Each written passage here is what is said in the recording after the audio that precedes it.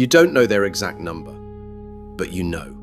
You know within 10%, probably within 5, and you didn't even mean to. You picked it up from the car, from the watch you weren't looking at, from the way they paused before splitting the bill, or didn't pause at all, from the holiday they mentioned in passing, from the silence when you brought up yours. You've been reading these signals your whole life, and the part that should bother you a little, the number you arrive at is almost never wrong. Notice what happens in the half second after you have it. You file the person, not cruelly, but you place them somewhere on a map you didn't know you were carrying. And then, immediately, you locate yourself on that same map, re-ranked, repositioned. You didn't choose to do that. It just happened. And here's the question I want you to sit with. Who's drawing the map? Because somebody is. Somebody decided that this number, of all the numbers a person carries, is the one that places them.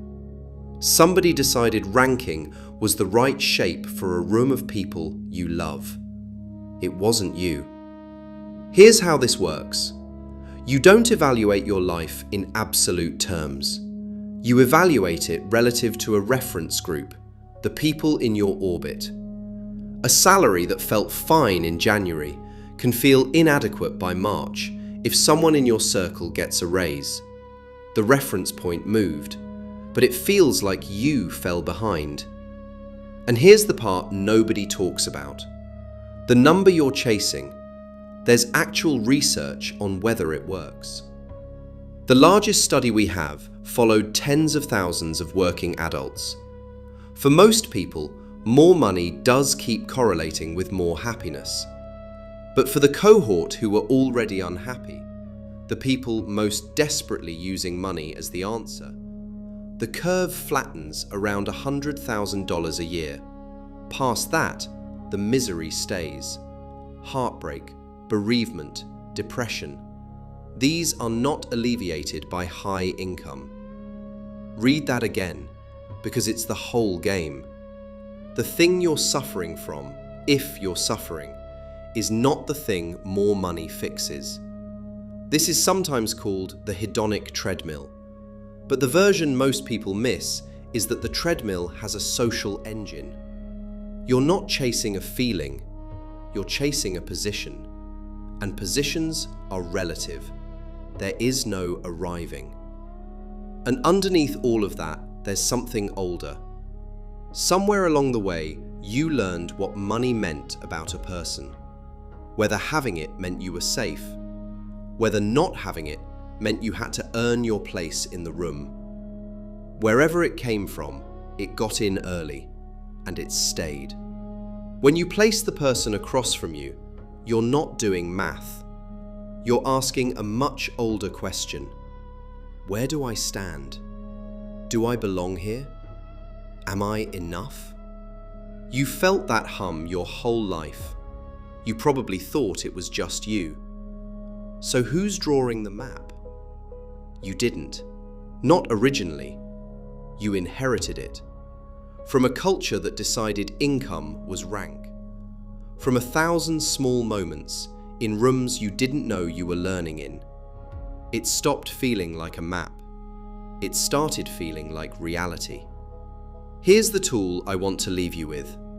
Next time you catch yourself running the number, notice it. There it is. Then ask one more thing. What don't I know about what this costs them? You know their income. You don't know their life. You don't know the marriage they're holding together by their fingernails. You don't know what they gave up to get here. The map shows one number per person. The actual lives have 100. Most of them you can't see. The map isn't wrong. It's just missing data. And here's the harder thing. There's a study that's been running since 1938, almost 90 years. They followed hundreds of people from their 20s into old age, trying to figure out what predicts a good life. It wasn't income. It wasn't career. It wasn't IQ or social class. It was the quality of their relationships. How satisfied they were with the people closest to them at age 50. That, more than cholesterol, more than salary, predicted who would be healthy and content 30 years later. The map you've been carrying is measuring the wrong axis. The thing worth chasing was never the position. It was the people in the room with you. Whether you actually know them, and they actually know you. That's the axis that turned out to matter.